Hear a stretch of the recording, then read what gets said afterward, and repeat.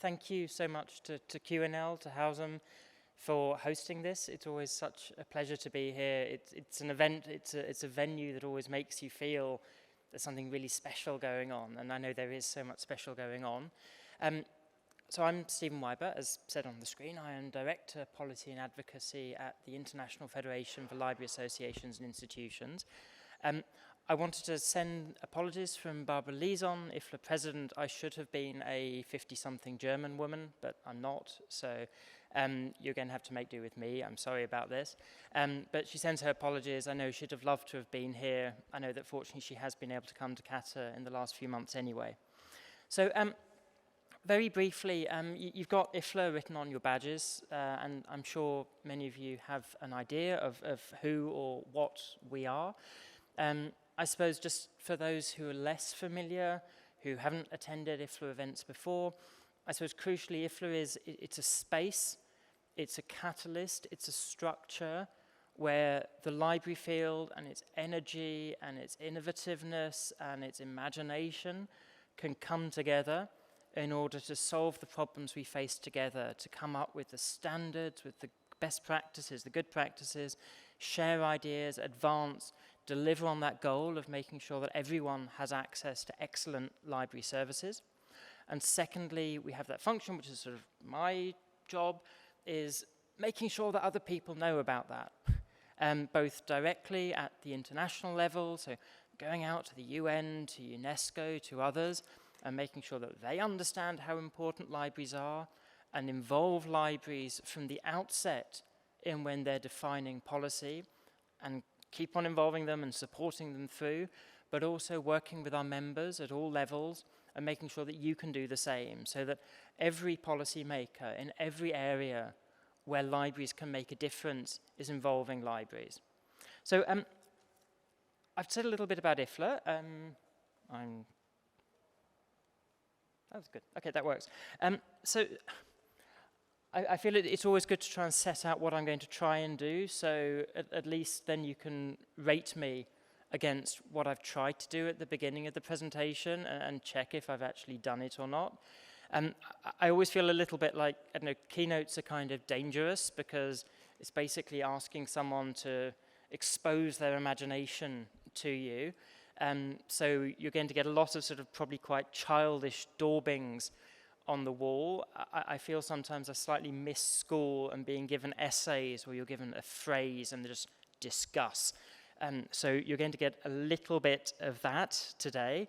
I suppose that the questions that I want to run through, I want to talk about the idea of a knowledge commons. And effectively the argument that I want to make through this is that this is a pretty modern term. It dates from 2-3 decades. And it's getting quite big at the moment. UNESCO is pushing it very hard as a concept. But I sort of want to argue that actually this is what libraries have been doing for centuries, if not millennia. We are the knowledge commons. I want to talk a little bit about what decommons the commons, what encloses the commons, and then what we as libraries and what we as IFLA are trying to do about that. And then finally bringing it together, talk a little bit about how we should own this. How when someone talks about the knowledge commons and about its importance, we can stick our hands up and say, well, that's us, that's what we're doing. We are the champions of the knowledge commons. Now, you'll notice that this is not an example that you have here, but a lot of the images are quite medieval. I think I did that for subconscious reasons. The best reason I could think of is because I said we're talking about an activity that libraries have been carrying out, have been fulfilling for centuries. The second best reason I could think of was that this stuff is clearly out of copyright, so I don't need to worry about copyright, which helps. And then the third reason is I think I was having a really bad experience at Schiphol, so I just had medieval on the brain. So you've got a lot of medieval coming up. Anyway, I've clicked, is that going to work? There we go. It's probably going to jump too far forwards now. Let's see what happens. So as said, I feel I'm probably treating this a little bit like a school essay, and at least, I don't know, in my experience, you get given a topic, a sentence, and then discuss. And the one thing you definitely should not do is answer the question. You should question the question, or you should rephrase the question. And so the theme that is for today is the foundations of knowledge sharing. And so, of course, I'm not going to talk about that. I thought, well, what is knowledge sharing the foundation of? So, I don't know, we have a person doing a backflip, but they look like they've had some sort of aneurysm midway. Knowledge sharing is the foundation. This is the less imaginative bit of knowledge shared. That, through what we're doing, we are trying to create a shared base of knowledge. We are trying to create a knowledge commons, which is where I want to come to today, and this is why I've picked that. This is why I want to pick that topic. I hope it's helpful because it's a way of framing simply what we're doing through this conference, through what we do as libraries in general. So I'm going to have to learn to click this button a little bit earlier, so then, oh, there we go, okay, that's good. So to talk a little bit about the concept of the commons. Now, I'm conscious that, as you can hear, I come from the UK. I am likely to use some quite Anglo references here. I hope they will make sense. I'm certainly not going to claim that this is a unique idea to the English tradition or anything like that, but I think it's a helpful one, and of course the language continues. So originally the idea of the commons was that in your medieval village, you would have some land that was private, but actually you would have a lot of land that was owned by the community. And as long as you were a free citizen, a free man, sadly it generally tended to be free men, you would have access to that. You could graze your cattle there. You could grow things there. And the whole idea is that, yes, you can come together. There doesn't need to be ownership, but you can produce things correctly. Where I grew up, we still had one of these. It was a green. And so it was still possible for the freemen of the City of London to graze their cattle. And so I have many memories of my childhood of cows just wandering around suburban London, and they loved to eat people's roses.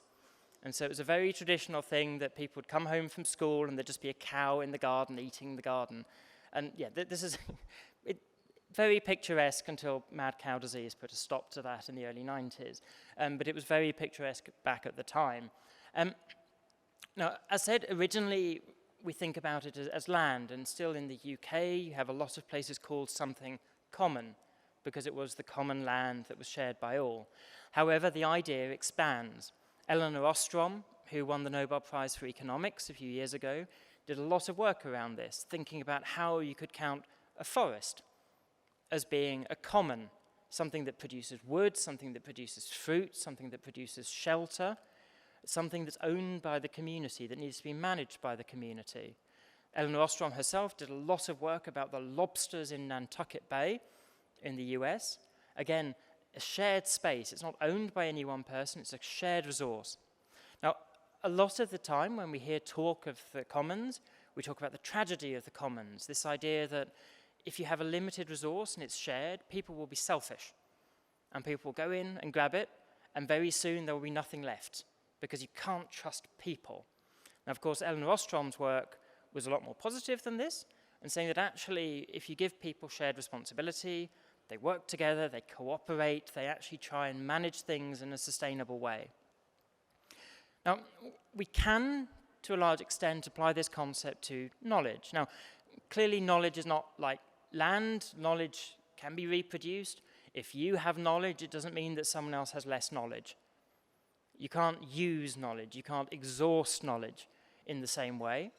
At the same time, it is actually possible, thanks to intellectual property rights, to exclude, to effectively say that, well, this is my knowledge and you can only have access to it if I give you permission. You can only use it if I give you permission, if you pay something, or if I give you authorization.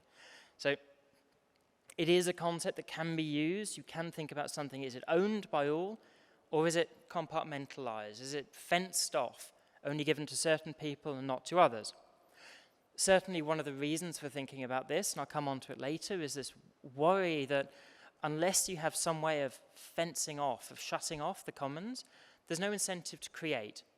Because if you can't prevent someone using your knowledge, you can't charge for it, and so you can't earn money for it, and so you can't invest in its creation.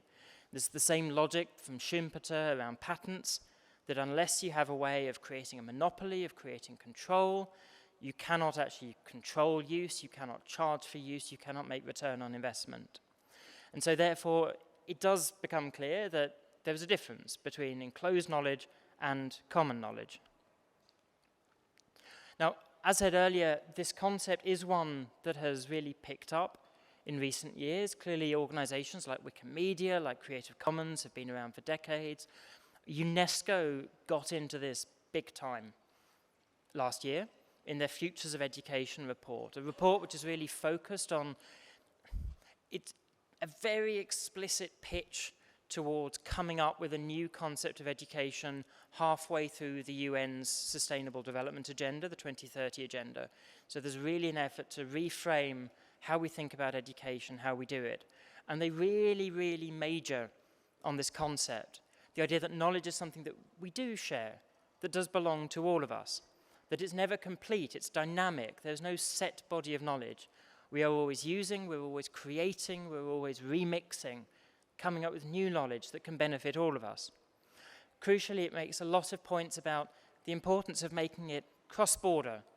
We need to question, we need to innovate, because innovation is always about doing things differently, questioning hegemonies, as it says here, and being ready as well to think about how we can bring in new forms of knowledge, how we can get rid of the idea that, well, some forms of knowledge are less good, some forms of knowledge are less useful. So going back to, and I've mentioned this term a little bit, the idea of enclosure as the opposite of commons. Now, as said with the topic of knowledge in particular, there has been a big effort. I don't know, in the UK, historically, there were lots of commons all over the place, lots of village greens, lots of shared land. But over a period of about 3.5 centuries, between the 17th and the 19th century, coming into the 20th, there was a big effort to shut down the commons, to fence them off. Now, a lot of the time this was explained by being, well, it's more efficient. People need to own their land in order to invest in it. People need bigger chunks of land, otherwise they're not going to produce, they're not going to do anything valuable. Of course, what may have justified a lot of this is clearly greed and expansionism. People wanted more in order to be the bigger landowner, in order to produce more, to earn more, regardless of the consequences for others. And the way this happened in the UK, initially with lots of small enclosures, where there were lots of different acts of parliament to decide that, well, this common land was actually going to be fenced off and turned into 3 chunks or whatever. By the 19th century, it was a lot more common. There were much wider enclosures acts. And the symbol of this is the hedgerow, which you can see here. And the hedgerow is the enemy of the commons. Now, what are the hedgerows? What are the issues for the knowledge commons? What are the things that prevent us having a shared knowledge base that we can all use, that we can all engage with, that we can all make maximum use of in order to support development, support progress? Now, I've got 4 areas, and this is going to be most of the rest of this speech, actually, is looking at these 4 areas, what they are and what we can do about them. Now, the first pair is knowledge creation and knowledge application or use. And so trying to look at what are the barriers, what is stopping us from having a true knowledge commons when it comes to creation, what is holding us back from having a true knowledge commons to which everyone has access when it comes to use. And then the second pair is around laws and structures. What are the legal infrastructures that we have, or that we don't have, or that we need when it comes to the knowledge commons?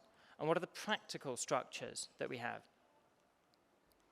So, starting with, I don't know, what are the issues around creation of the knowledge commons? Because, as said, the knowledge commons is dynamic. We are always producing, we're always contributing to it, we're always building it, making it evolve.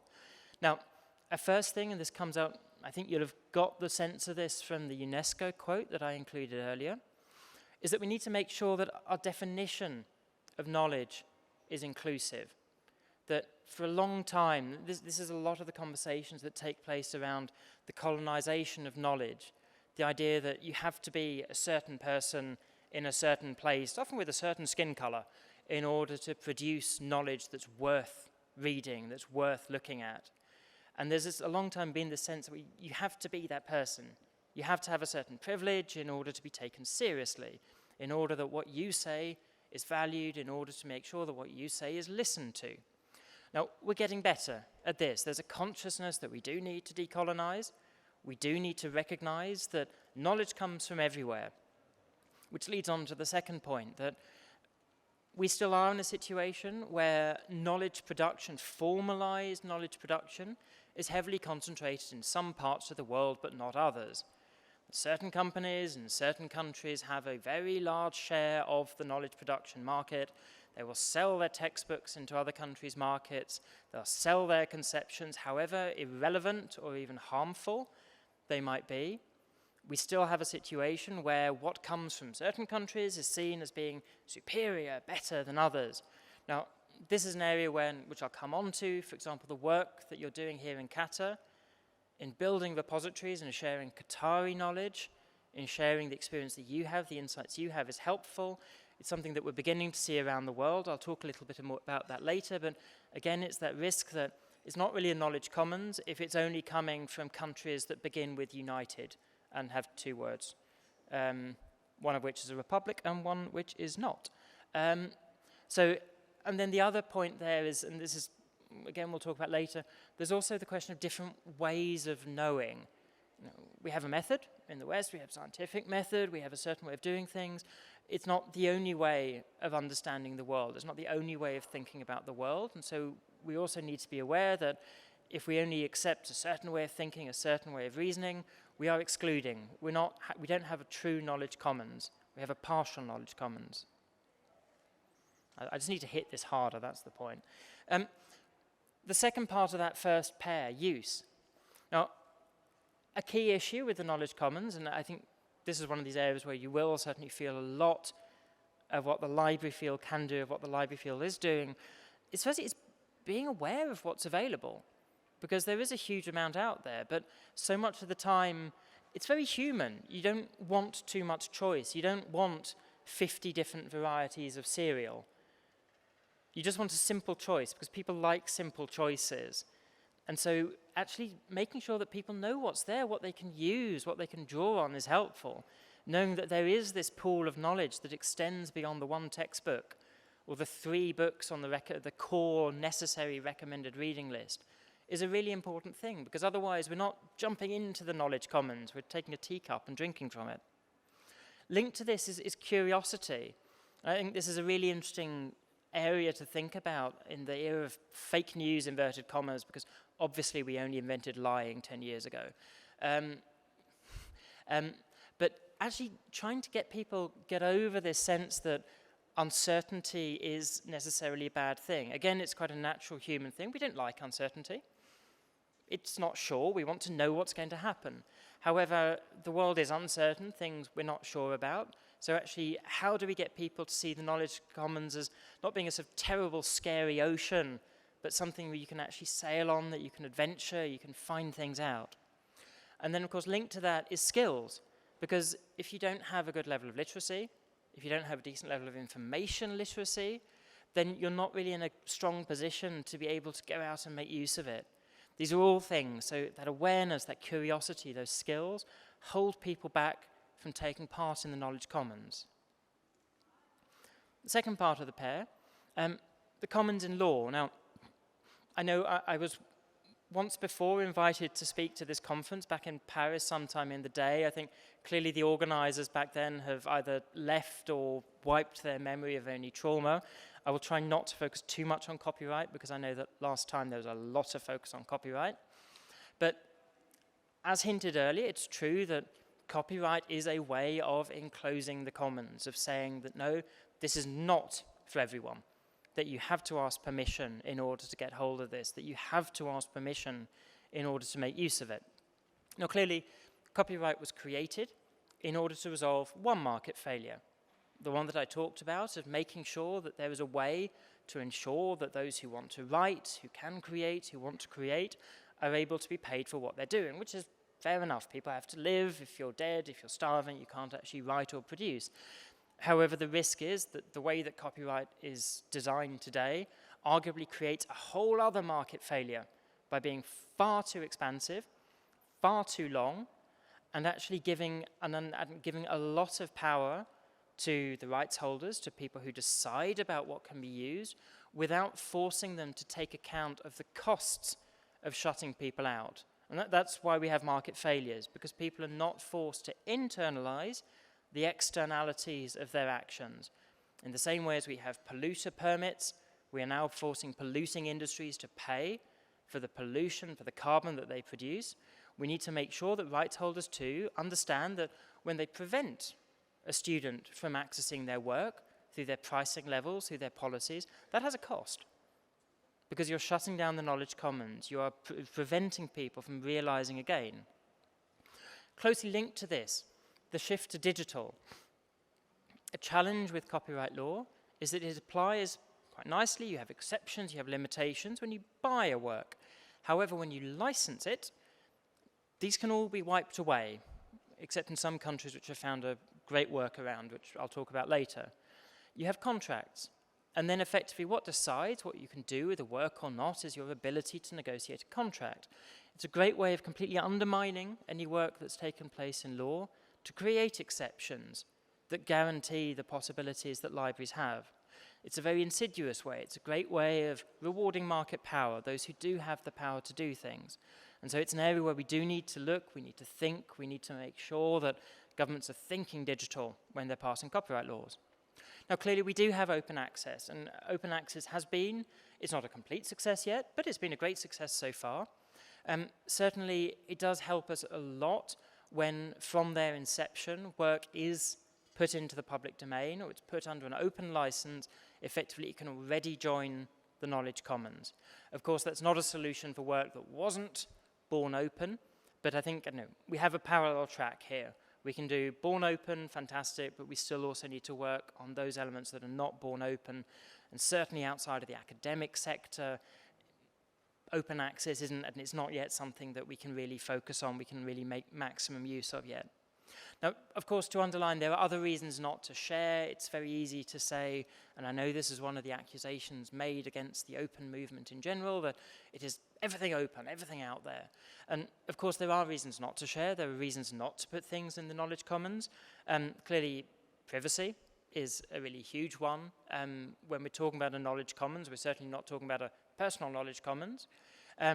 There are reasons, certainly in the case of indigenous knowledge, where it is very important to the community. Knowledge is secret, knowledge is held by the community. So we're not talking about saying everything needs to be open.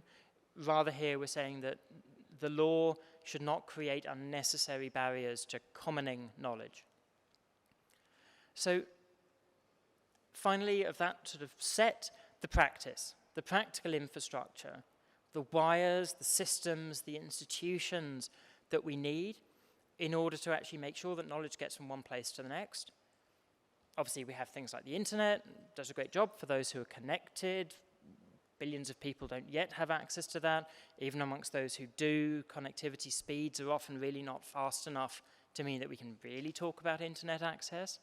We also need rules, we need governance, because this is a complex issue, and we're having this conference, there's lots of people working on it, there's lots of work to be done in order to make sure that we can share, that we have the rules, we have that guidance in place. So coming on to IFLA's role, now, as said at the beginning, we have those two key functions, that acting as a catalyst, as a structure for people to work together, for the mind of the library sector to become a hive, to think about how we can find those ways forward, how we can correct those flaws, how we can actually make this happen, deliver on our mission, deliver on the knowledge commons. But also, obviously, this advocacy side. How can we reach out? How can we make sure that the laws are correct? So, in terms of IFLA's work around shared knowledge creation, now, there's a lot of work going on around this question of the diversity of knowledge. We clearly have an Indigenous Matters section, which is working to build understanding of how we work with different forms of knowledge, different ways of knowing, how we incorporate these, how we internalize these into our ways of functioning in a way that's meaningful, but is also obviously respectful, that works with communities. Local history, to be honest, is a really interesting example. There's some fantastic examples now of libraries supporting community archiving, work within communities to draw on experience, to accept that just because you are not a highly educated white man, you don't necessarily have, you do have a voice, you do have something to say. Similarly, focusing on multicultural aspects, how do we actually make sure that people of every culture, that the experience, that the values, that the views of every culture are taken into account? There's a lot of work around supporting global access. making sure that we have those key principles around freedom of access to information and freedom of expression, that we're making sure that the way the internet works facilitates the sharing of knowledge, that it doesn't necessarily stop at the border, that this potential for people to come together is actually there, that the internet is a place where you can create, you can share, you're not just receiving content from someone else. Clearly around open access, we've recently updated our own open access statement. So many units within IFLA are focusing on the practicalities of how to make open access work, and in particular how to help researchers, as you're doing here, to produce open access, to get their work out there, to find their place and to create new spaces. Clearly, and a final thing I should mention is that we recently got the agreement of UNESCO for an updated public library manifesto, and I think just echoing something that Hausam said at the beginning, the idea really setting in stone this idea that libraries are places for creation, not just consumption. They're not just a quiet place, and you know this, I'm speaking to the converted here, I know, but it's a place where you don't just consume the knowledge of others, you take it, you use it, you apply it, you create it. And it's something, it's spreading around the field, you've adopted it here, you're celebrating it here. The Public Library Manifesto underlines that.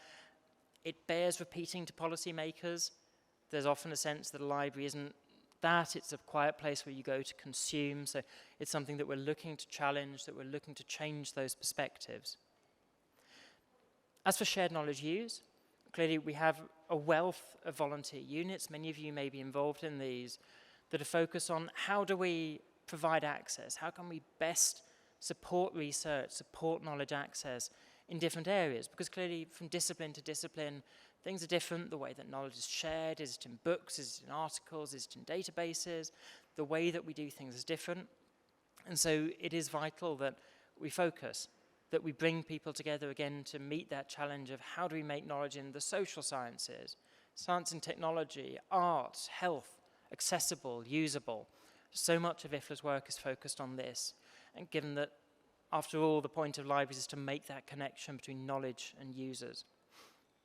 Building skills and confidence, as said, a huge barrier to participating in the knowledge commons is whether you do have the sense that it's something that's for you, that you belong there, that it's your resource, that it's something you can use, you can make use of, by having the skills, obviously, but also, as I said, the sense that it's yours, the confidence to go out and own it, not to see it as something scary, but as something that is friendly, that's valuable, that's useful, that you shouldn't be scared of.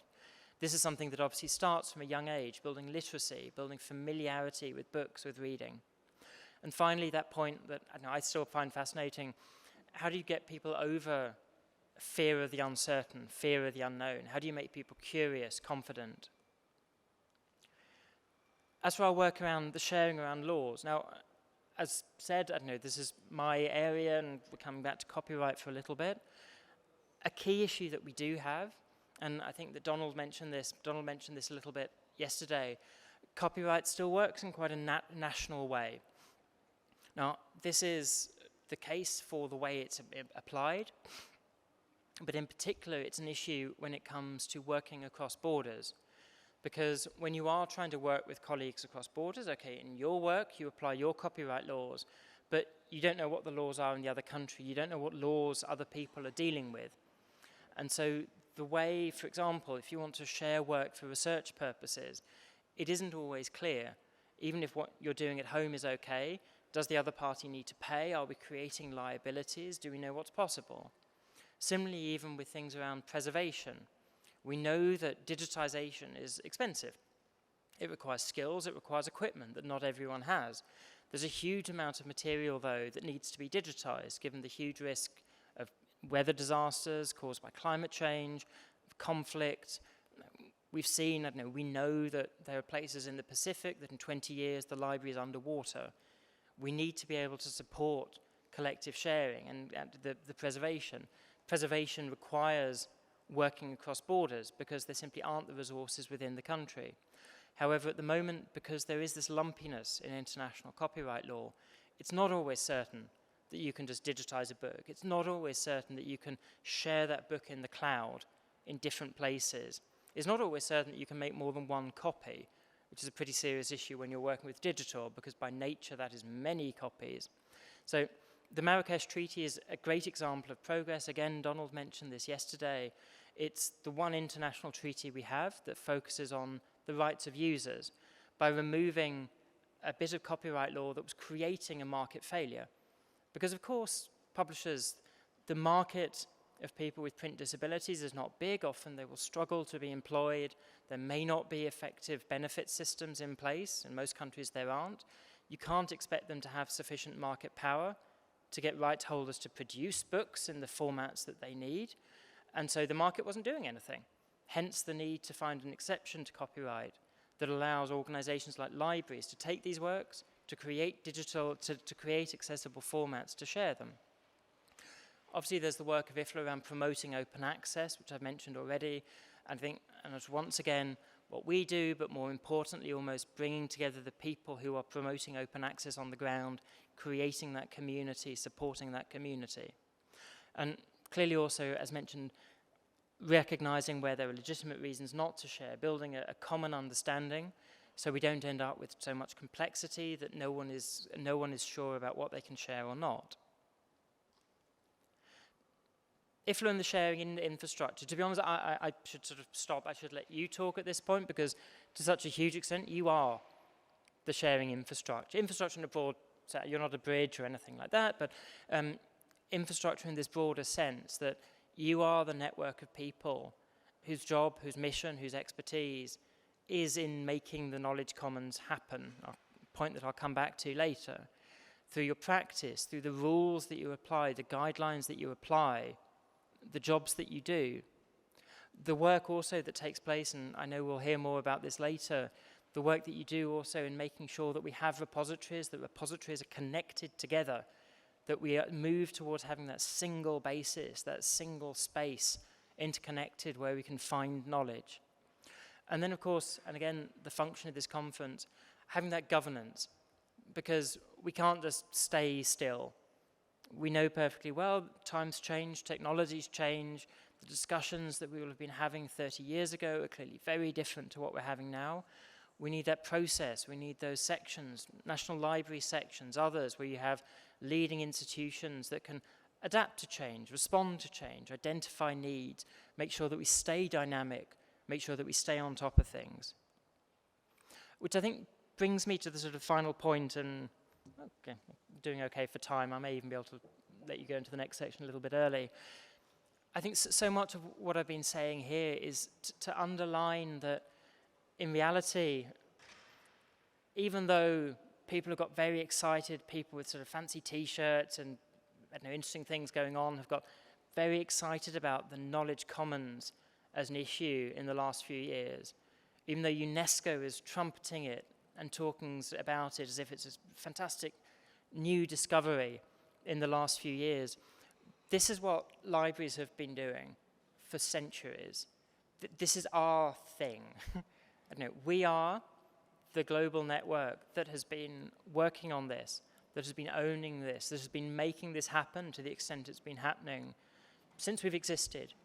And I think that, no, it's not a natural thing for libraries to go out and self-promote, and I don't know, I'm not even, I come from a political science background. I know coming up and giving a keynote doesn't feel natural. We don't feel natural doing these things.